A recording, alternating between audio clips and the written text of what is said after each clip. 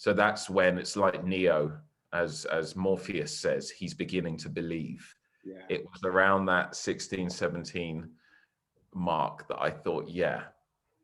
So then you fast forward, I go to university to do a human biology degree, and I'm starting to meet stunt guys, people who are booking commercials and doing sports modeling, and I'm signing up to agencies. And then Batman Begins.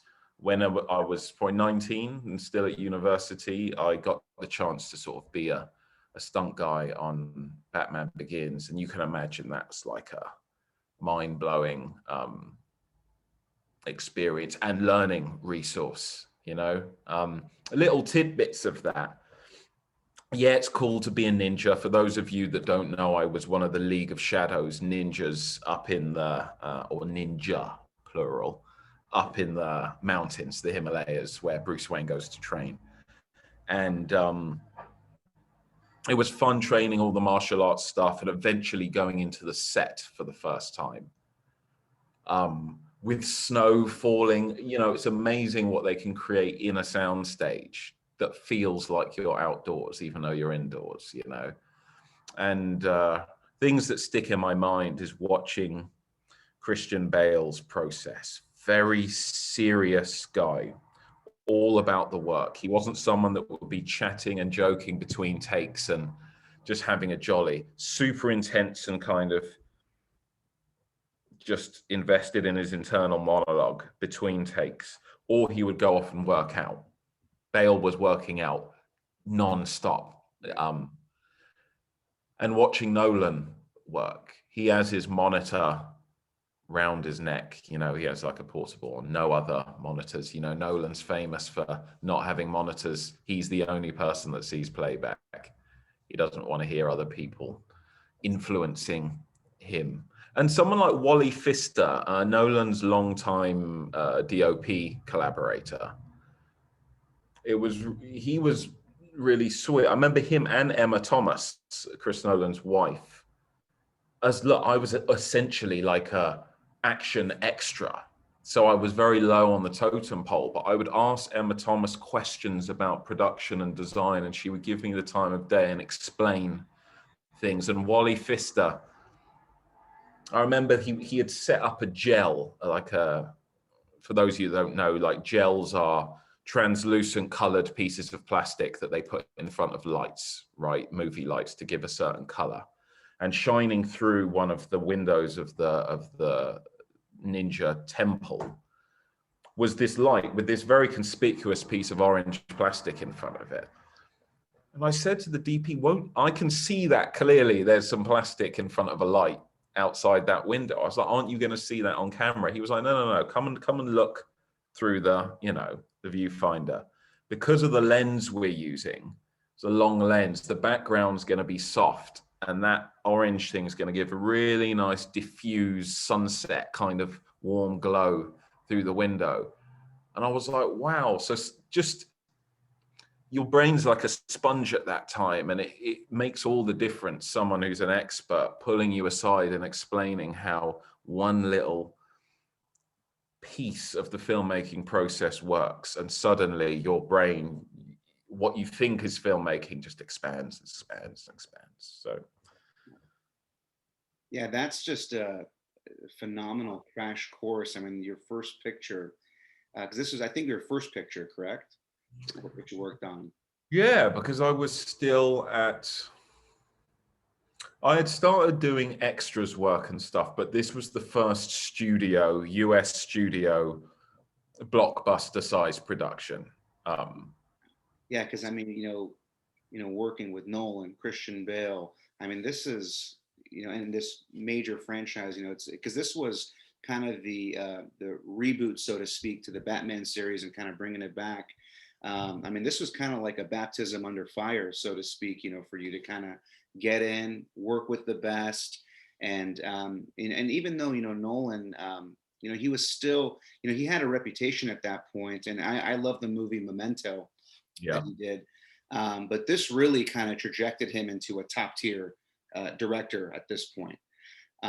With this franchise, and it's just with Batman specifically, the franchise, it kind of had reached a hurdle, because you had the first two Batmans, with Michael Keaton, but then the Val Kilmer one, and then the Batman movies that followed after that kind of didn't reach that same mark as the first two Batman movies. So there was a lot of pressure into having this one succeed, and when Warner Brothers is also under a lot of pressure to kind of get this movie, in a new trajectory. And I'm also noticing your T-shirt. You got the Arnolds on there from Predator, Conan, Terminator, and Arnold was also in a Batman movie as well too. But just what an amazing experience to kind of have this be one of your early pictures, and also be part of the League of Shadows as well too. Is just phenomenal. Yeah, it was amazing to watch. I mean, to reiterate, you're very low down on the totem pole.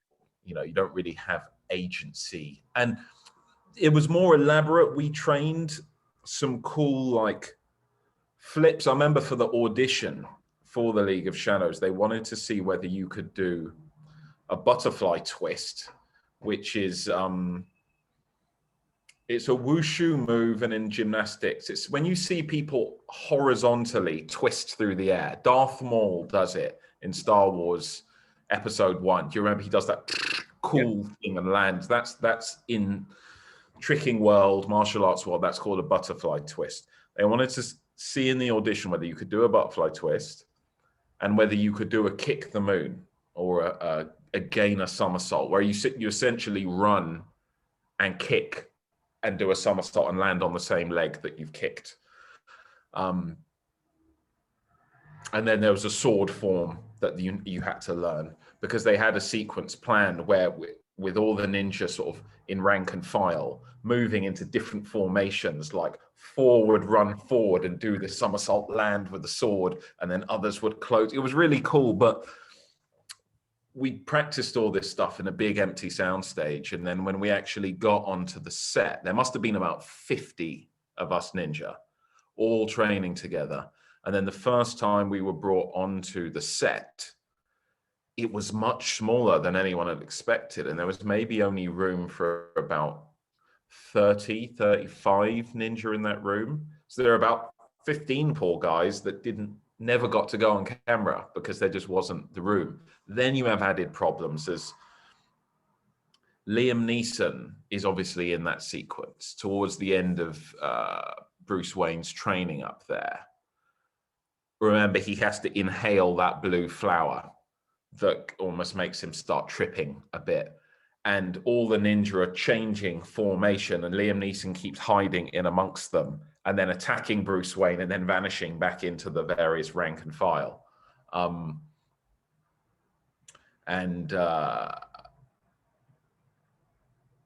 Because Liam Neeson's so tall, I think people don't realize how bloody tall he is.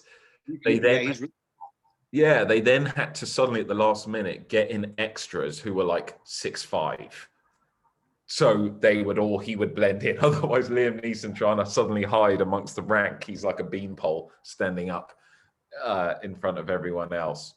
But yeah, just very cool to see Neeson and look, the kind of eureka moment for me.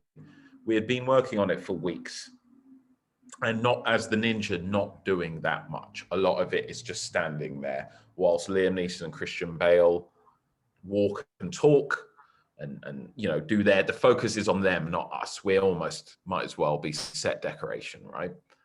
The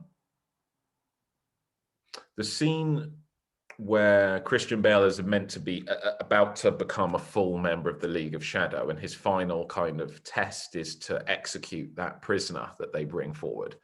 Yeah. And Bale's like, "I'm no executioner." Do you remember that line? And I remember watching that scene, and hairs on the back of my neck standing up. And I was like, wow, that buzz. This scene is so tense. The drama's so tense. And the voices, Liam Neeson's voice and Bale's voice. I'm like, ooh, I'm feeling all magical here. And I was like, that's what I want to do. Out of the weeks we've been here, this is the most exciting thing I've experienced. More than the action, it's that. And I suddenly that's what I want to do. I still want to do the action and be able to do my own action, but I want to act. I now suddenly felt if I just do the action without that acting, it will be a hollow experience for me. Yeah. So from that point on, I was like, I don't want to be a stuntman per se, a professional stuntman that just doubles other actors or does utility stunts.